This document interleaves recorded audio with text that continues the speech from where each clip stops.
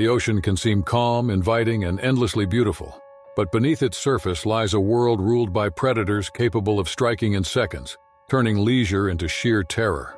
From a water polo player ripped apart by a massive great white off Port Lincoln to a family snorkeling off Santa Cruz who barely escaped a ferocious attack, this video will show you 6 horrifying encounters with some of the world's deadliest predators.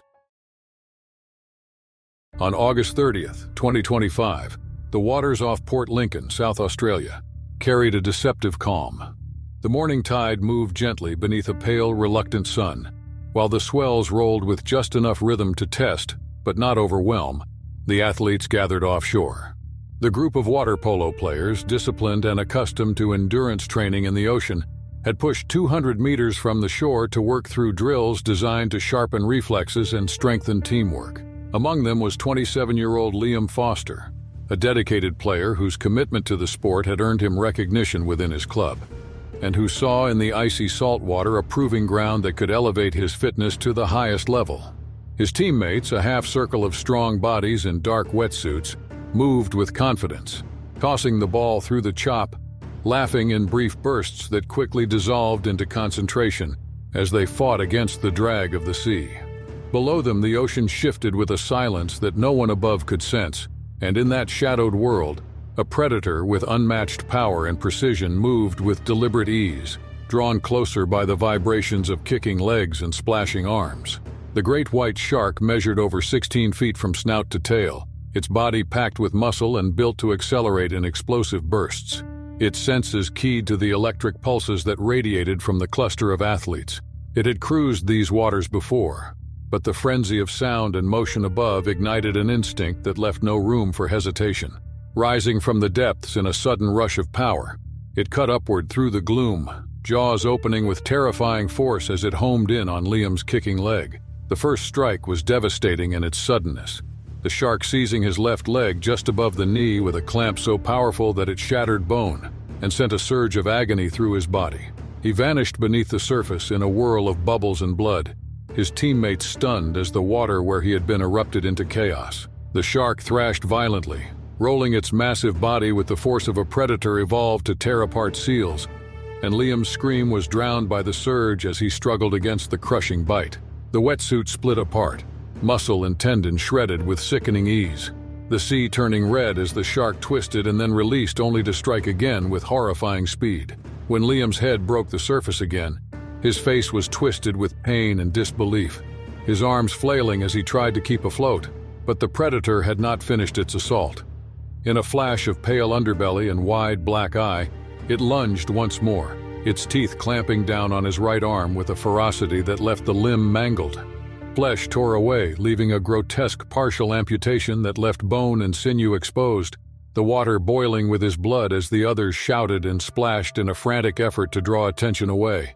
Panic rippled through the team, each of them gripped by the truth that they were powerless against the immense creature. The scene grew more desperate as Liam fought to remain conscious, his body weakened by shock and blood loss, his kicks uneven as the water around him darkened with spreading crimson. His teammates hurled flotation devices and slapped at the surface, the sound echoing across the waves as if to challenge the shark itself, and though it circled with unnerving calm, it hesitated in its attacks, perhaps wary of the chaotic splashing. Minutes stretched into eternity as the predator lingered, its dorsal fin slicing the water in broad arcs while Liam drifted between life and death, every movement of his broken body a struggle against the pull of the sea. At last, the sudden roar of an approaching rescue boat cut through the tension, its engine sending vibrations that rippled through the water and pushed the great white to retreat, not in fear, but in the instinctive caution of a hunter unwilling to risk injury. With a final flick of its tail, it sank back into the depths, leaving behind a scarlet trail that marked the violence it had wrought. The rescuers hauled Liam aboard, his body limp and soaked, his face pale beneath the salt spray, and his leg and arm torn beyond recognition. The deck became a makeshift battlefield as teammates pressed towels and clothing against the wounds, their hands trembling as they fought to slow the relentless flow of blood. Every second was critical as the boat sped back toward shore.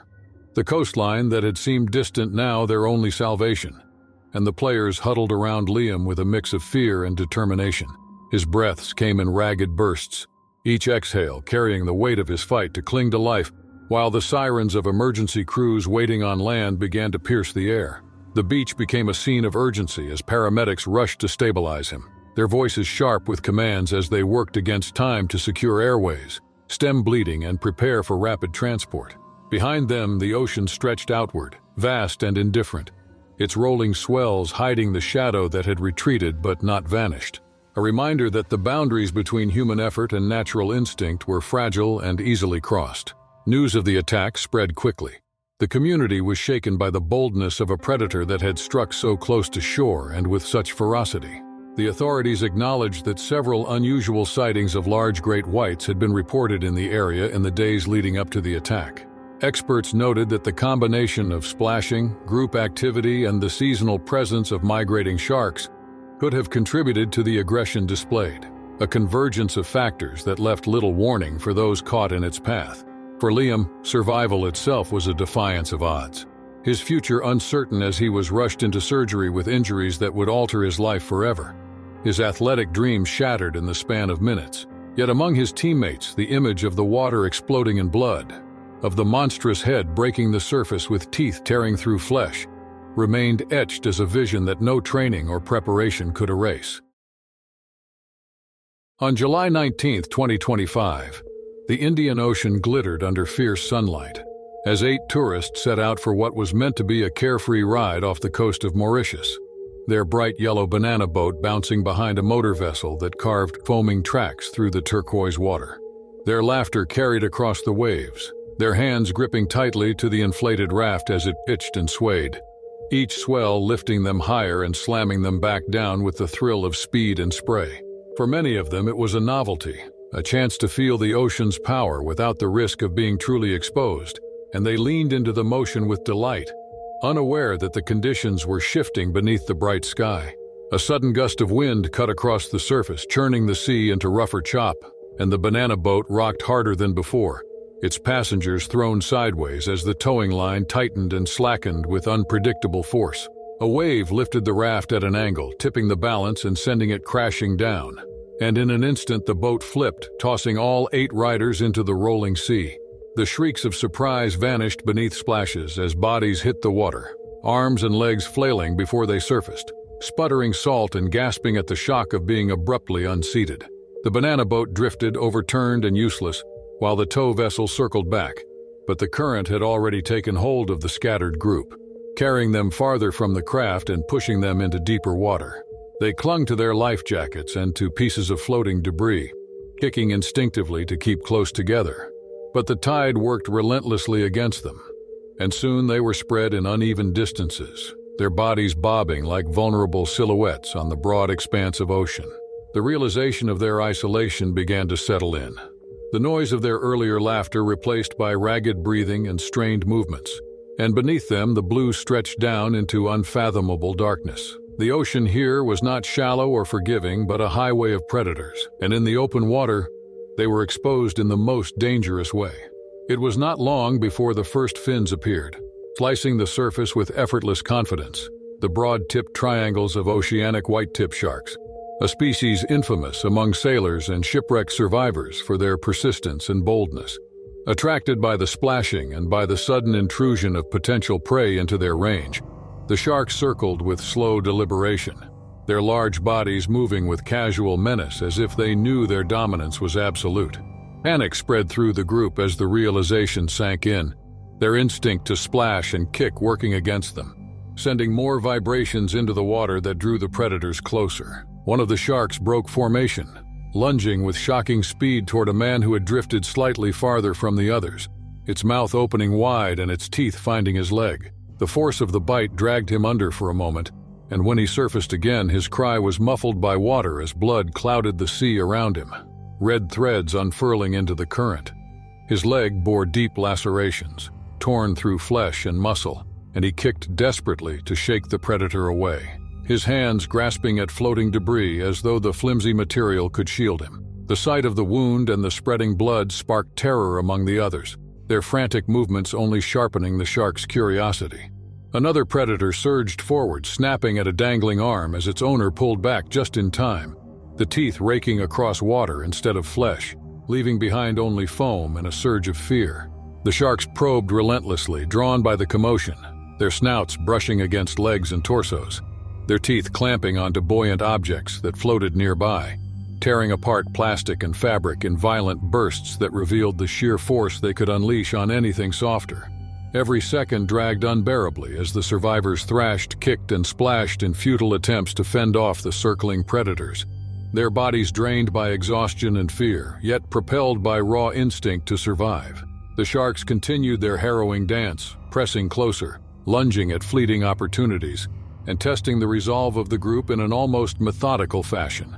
Water churned with every strike, foamy spray mixing with streaks of crimson, and the current carried them farther still, making the distance to shore seem endless and unreachable. The motor vessel had turned back but struggled to reach them quickly against the swells, the seconds of delay extending into minutes that felt like an eternity as the survivors endured the unrelenting presence of hunters that showed no sign of retreat. Just as despair threatened to overwhelm them, the sound of approaching engines grew louder, and the rescue boats finally cut across the swells, their hulls slicing through the chaos with speed born of urgency. The sight of the larger craft seemed to shift the balance. The sharks, wary of its noise and vibrations, widened their circling arcs as they assessed the new intrusion. The predators made one final pass, their fins breaking the surface in long, menacing sweeps before they vanished into deeper water, leaving only the bloody currents and shaken bodies behind. Strong arms pulled the survivors aboard, their bodies trembling and bruised, their skin marked with cuts from debris and the grazing strikes of teeth that had come dangerously close to fatal bites. The man whose leg had been torn bled heavily, his neoprene shredded, the wound severe but not catastrophic thanks to the quick binding of cloth and belts by rescuers who worked with frantic determination. When they finally reached shore, paramedics rushed to stabilize the injured. But what lingered most among them all was not the pain of cuts or bruises, but the memory of dorsal fins circling in silent dominance. The helplessness of being stranded in open water with no barrier between their fragile bodies and predators that pressed the attack without fear. Experts later explained that oceanic whitetips were notorious for their opportunistic nature, especially around shipwrecks and accidents where survivors were left floating and vulnerable, and that the overturned banana boat had presented exactly the kind of scenario that triggered their bold persistence. The waters off Gansby, South Africa, carried a deceptive calm on July 12, 2022, as morning light stretched across the bay and waves rose in steady rhythm, drawing surfers and bodyboarders eager to test their skill against the rolling swells. Known for its rugged coastline and as a hotspot for great white sharks, the area still attracted water enthusiasts who accepted the risk as part of the thrill. Among those who paddled out that morning was 24-year-old Daniel Meyer, a bodyboarder passionate about the sport, who had joined friends to ride the waves and embrace the freedom of the open water. He wore a dark wetsuit, fins strapped to his feet, and he felt the rush of salt spray against his face as he propelled himself into the breakers, waiting for the next set to rise. The group moved with energy, paddling and laughing as they scanned the horizon for the best waves, their bodies bobbing in a loose formation a few hundred meters from shore. Seabirds wheeled above, the wind carried the scent of kelp, and beneath the surface stretched an ecosystem that thrived in silence, unseen by those who floated above.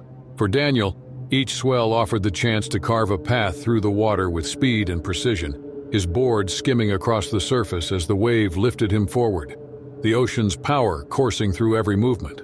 But in the depths below, a different kind of power stirred, a predator drawn closer by vibrations that resonated through the sea like a signal. The great white measured 16 feet, a muscular shadow built for hunting seals along this very stretch of coast, its movements efficient, its senses attuned to the electrical pulses of life above. The splashing of multiple swimmers amplified its interest, the rhythmic kicks and strokes mimicking the erratic struggles of prey, and in a sudden surge it ascended from the depths, mouth gaping, black eyes fixed.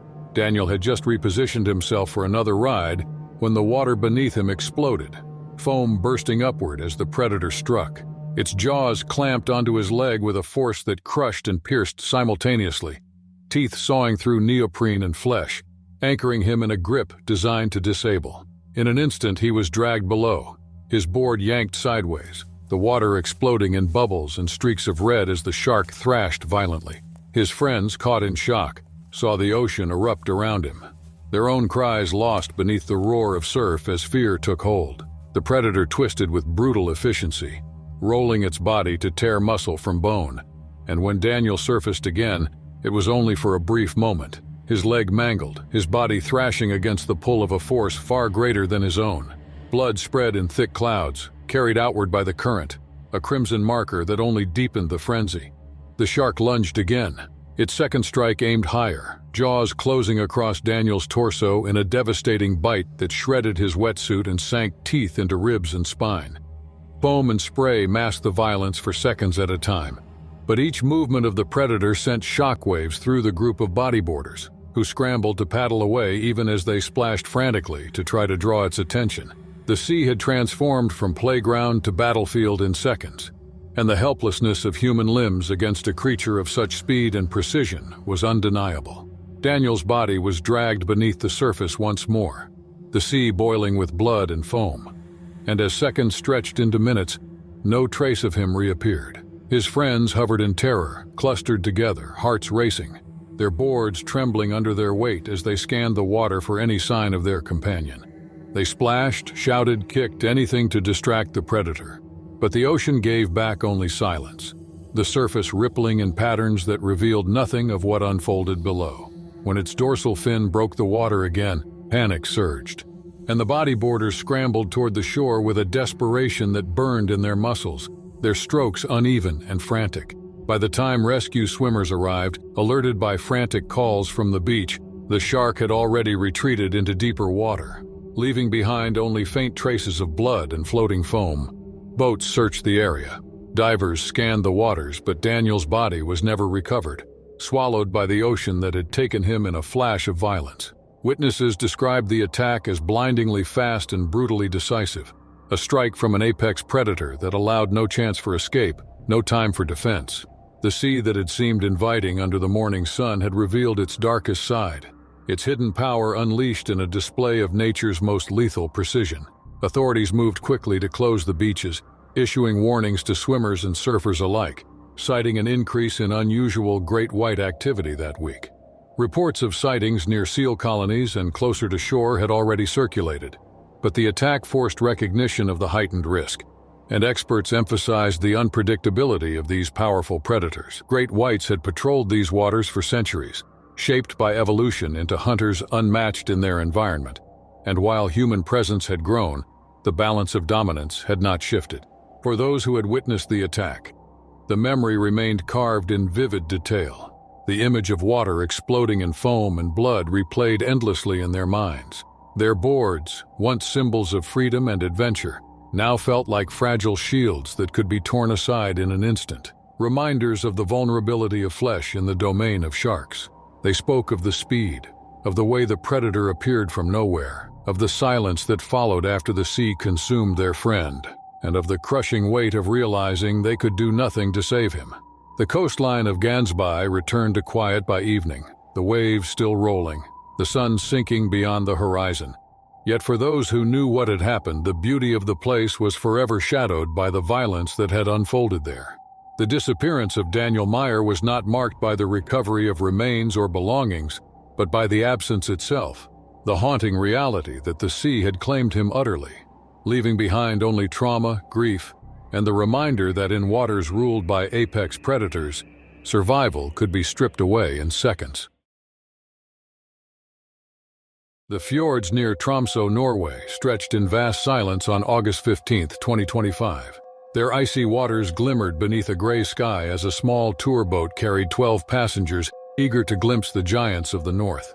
The air was crisp, the peaks of surrounding mountains dusted with summer snow, and the group leaned against the rails with cameras ready, their breath misting in the chill as the vessel pushed steadily through calm swells. The captain guided the boat with practiced ease, his crew assisting as the tourists scanned the horizon for a flash of black and white, the iconic sight of orcas gliding through northern waters. For many, it was a dream to see these predators in their natural habitat, to capture images of dorsal fins slicing the sea or of tails crashing through the surface with elegance and power. Yet beneath the calm, The depths held more than beauty. A massive adult male orca, measuring nearly 20 feet, patrolled the fjord with the confidence of a dominant hunter, its tall dorsal fin cutting the water as it closed on the intruding vessel. Its movements were deliberate, its speed deceptive, and though whale-watching boats were a common presence in these waters, this animal showed no hesitation in approaching. In a sudden burst of power, it surged upward, the full force of its muscular body driving its head against the hull with a thundering crack that reverberated through the deck. The impact threw two passengers off balance, sending one crashing against the railing and the other tumbling backward, their cameras flying from their grip. Splinters of wood burst outward as the railing fractured under the blow, pieces scattering across the deck as startled tourists grabbed for support. The boat rocked violently, the swell amplified by the orca's sheer mass, and fear swept the group as they realized they were no longer passive observers, but unwilling participants in a confrontation with a predator that seemed intent on destruction. Before they could recover, the orca struck again, its massive tail rising from the water and slamming into the hull with bone-rattling force. The vessel heaved, gear clattered across the deck, and water splashed over the sides, drenching those who clung desperately to the rails. One passenger hit the deck hard, the impact leaving a deep bruise across their hip and ribs, while another sliced their arm on the jagged edge of broken wood, blood mixing with seawater as they staggered upright.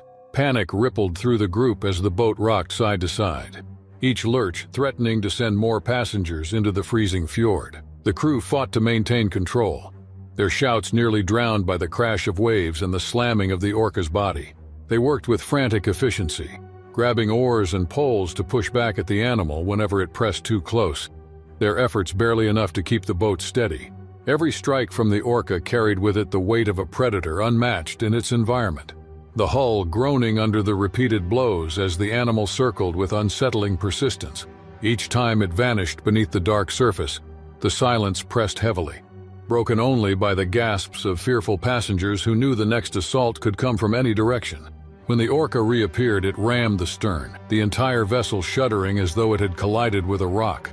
The tourists cried out as they clutched rails and ropes, the icy water washing across the deck, soaking feet and legs, chilling the group to the bone. Camera equipment, bags, and clothing slid across the floor, crashing against boots and scattering into puddles, while the crew braced themselves against the helm to keep the craft from capsizing. The animal's behavior was unlike anything they had encountered, its aggression relentless, its strikes intentional, as though it meant to drive the intruders from its territory. For minutes that stretched into eternity, the attack continued, each pass of the orca punctuated by a strike of head or tail, each impact a reminder of the fragile divide between human engineering and the raw strength of the ocean's apex predators. The tourists clung to the rails with white knuckles, their faces pale, their eyes wide with terror as they realized that the small boat could be shattered with only a few more strikes. The crew's arms ached as they thrust back with oars, pushing against the broad black and white body whenever it surfaced too close. Their efforts more symbolic than effective, for no human force could match the weight of 20,000 pounds of muscle. At last, as suddenly as it had begun, the onslaught waned. The orca made one final pass, its massive dorsal fin slicing through the water in a wide arc, before sinking beneath the surface and vanishing into the shadowed depths of the fjord. The boat drifted in its wake, battered but intact, the deck littered with broken wood, drenched gear, and shaken passengers who clutched each other for comfort. The air was thick with the smell of salt and the sharp tang of fear, the only sound the ragged breaths of those who had endured the encounter. The crew moved quickly to assess injuries, binding the cut arm with strips of cloth, checking the bruised passenger for broken bones, and steadying the vessel as it limped back toward port. The fjord that had once seemed serene now felt hostile, its depths concealing a predator that had revealed an unpredictable and dangerous side. The tourists remained silent, their earlier excitement replaced by shock, the memory of the orca's strikes replaying with each shudder of the hull. Authorities later confirmed what the crew already knew, that the orca's behavior was unusually aggressive, part of a pattern observed that summer in the northern waters, where pods had been reported harassing fishing vessels and small craft with unprecedented boldness. Out of caution, officials suspended small boat excursions in the region, leaving the fjords temporarily off limits to whale watchers and adventurers. On May 14, 2021, the Caribbean sun rose hot and brilliant over the turquoise waters off the coast of St. Lucia, where four friends carried their brightly colored kayaks across the sand and pushed out into the calm shallows, their laughter mixing with the sound of paddles striking water. None of them was aware that the morning would end in unthinkable horror. They were young and eager, chasing a simple adventure with cameras strapped to dry bags and bottles of water secured under bungee cords, ready to explore hidden coves near the mouth of the Black River, where mangroves twisted over the shoreline and schools of baitfish glimmered in silver clouds beneath the surface. Among them was Daniel Morris, a 30-year-old with an easy smile who had always been drawn to the ocean's edge, a strong swimmer who carried the confidence of someone who thought he understood its moods, even though he had never before been tested in the way he was about to be. The group paddled steadily, their kayaks slicing through the glassy water as seabirds wheeled overhead and the humid air clung to their skin. The Black River's outflow carrying brackish water into the sea where currents shifted unpredictably. One of the friends, in a casual gesture meant to attract fish for photographs, tossed a handful of baitfish scraps overboard, not realizing how the scent would travel quickly through the currents, sending invisible signals into the deeper channels where predators lurked. The kayaks drifted near one another as they admired the scenery, unaware of the dark shadow rising closer with each passing second. From below, a bull shark approached, a 7-foot predator perfectly adapted to the murky interface of river and sea, its powerful body slicing silently through the shifting water. Drawn by the scent and the vibrations of paddles tapping against the surface, the friends continued forward, their kayaks bobbing lightly as Daniel adjusted his position and dipped his paddle again. The sunlight flashing across the water just as the shark surged upward with explosive speed, striking with force that shattered the illusion of safety and turned the calm outing into a desperate struggle for survival. The bull shark's jaws clamped onto Daniel's leg with crushing pressure, teeth piercing flesh through the thin kayak hull and his body alike, thrashing side to side with a violence that tipped the vessel and sent him tumbling into the foaming water. His scream was lost in the chaos as his friends shouted and splashed frantically, their paddles stabbing at the surface in a desperate attempt to drive the animal away. But the predator was relentless, its body twisting with terrifying strength as it dragged Daniel beneath the surface.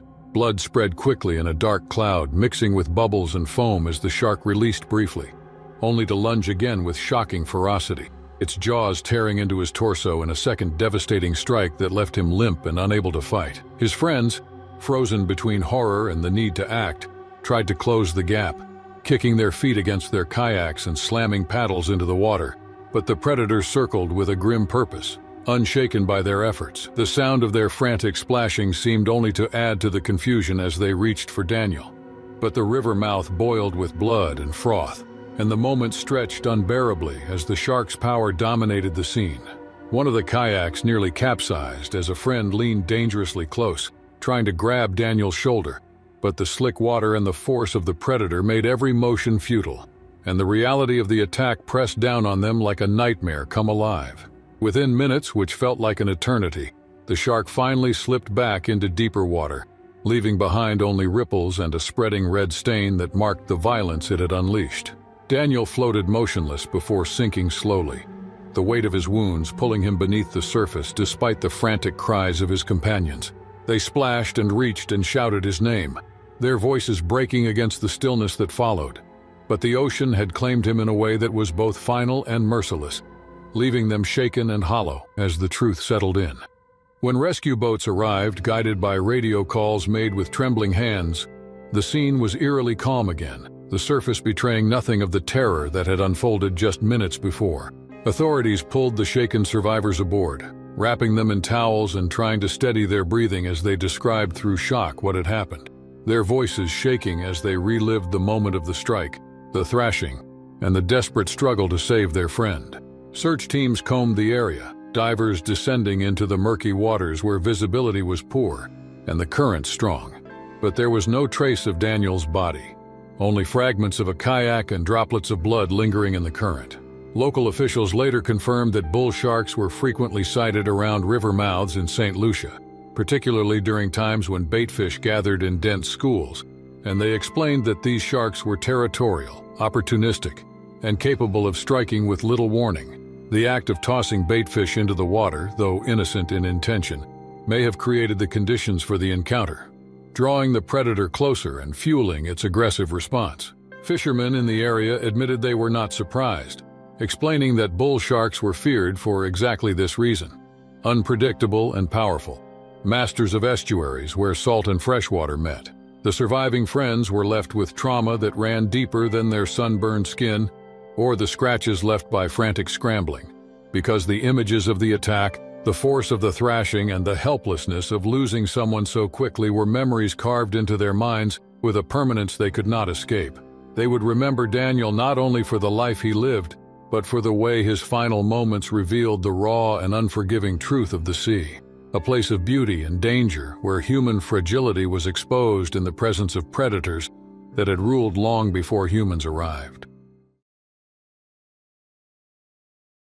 On August 8, 2025, the waters off Santa Cruz, California shimmered with the steady pulse of summer light, the calm surface lapping gently against the edges of kelp forests and rocky reefs where colorful fish darted and sea lions occasionally surfaced with sleek, wet heads that bobbed curiously above the waves. It was here, not far from the shore, where other tourists mingled along the sand and children splashed carefree in the shallows, that a family of 4 slipped quietly into the water, snorkels fitted, masks adjusted, fins strapped snugly to their feet, their laughter muffled by wetsuits and the gentle push of the tide. The father, Mark Reynolds, 40 years old and eager to share his love of the ocean with his children, swam slightly ahead, scanning the reef below with measured strokes, while his wife, Laura, followed just behind, encouraging their 2 children, 12-year-old Ethan and 9-year-old Grace, to stay close, their movements clumsy yet excited as they pointed at darting schools of fish and strands of kelp swaying in the current. The scene was idyllic, one of those rare family outings where the weather held perfectly. The visibility was clear, and the ocean seemed welcoming and tame. Yet just beneath the surface, the calm carried a dangerous illusion. For these waters were part of a coastline long known for encounters with one of the ocean's most formidable predators. The Reynolds family had chosen the reef for its reputation as a safe and beautiful spot for snorkeling, unaware that it was also a hunting ground where large predators sometimes patrolled.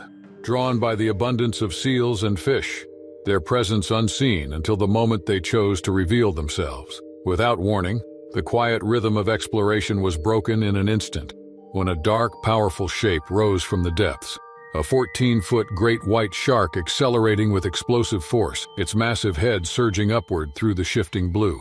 In a blur of motion that left no time for preparation, its jaws opened wide and clamped violently onto Mark's legs, the pressure of the bite crushing and tearing through the neoprene fabric of his wetsuit, its teeth slicing into flesh as it thrashed with terrifying strength, spinning him sideways through the water and sending a froth of bubbles and blood swirling upward.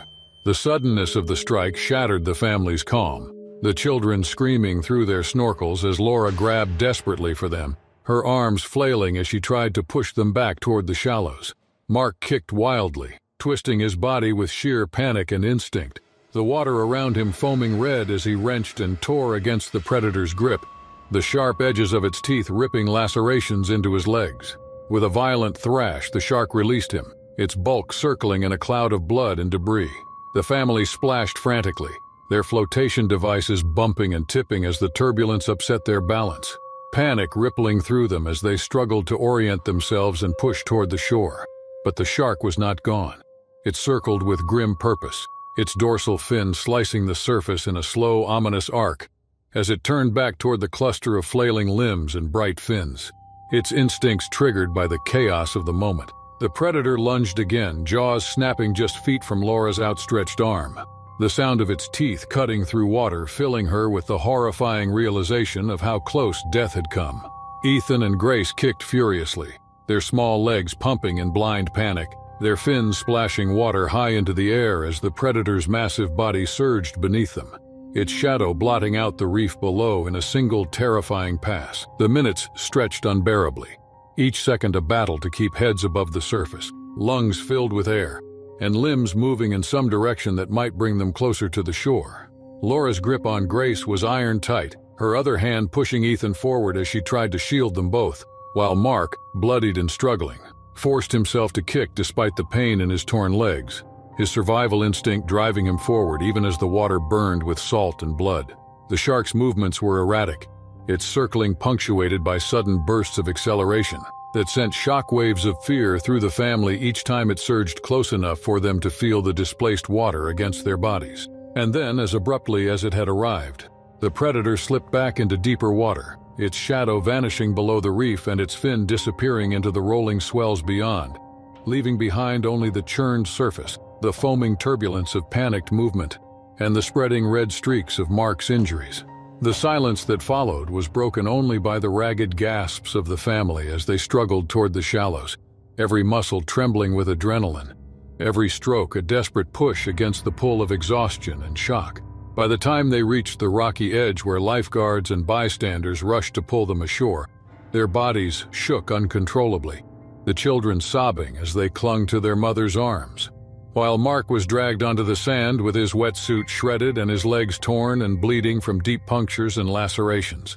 His face was pale, his breathing ragged, but he was alive, and the relief that swept over Laura as she collapsed beside him was as overwhelming as the terror that had nearly consumed her. Paramedics arrived within minutes, stabilizing Mark and treating the family's injuries, which included severe bruising where flotation devices had twisted violently, deep scratches from the shark's close passes, and the raw, burning wounds of salt water forced against torn skin. The children clutched each other, still trembling, their wide eyes staring blankly at the horizon as if expecting the fin to reappear at any moment. Later, experts confirmed that great white activity along the reefs near Santa Cruz had been unusually high that summer, with sharks drawn closer to shore by the concentration of seals and by the heavy presence of recreational swimmers and snorkelers. They explained that while most encounters ended without incident, the unpredictability of these predators meant that even calm, inviting waters could become the stage for sudden violence, and that snorkeling families splashing with fins and floating in groups sometimes triggered the investigative or opportunistic behavior of sharks capable of inflicting catastrophic harm. For the Reynolds family, the attack left scars that went beyond the deep cuts and bruises recorded in medical reports, because it had shattered the fragile trust they once placed in the sea.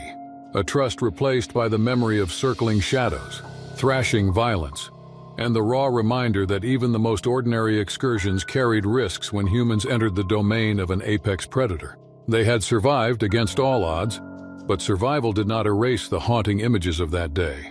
The water foaming red, the snapping jaws inches from vulnerable arms, and the feeling of helplessness that came with facing a predator that ruled those waters long before humans ever dared to swim among the reefs.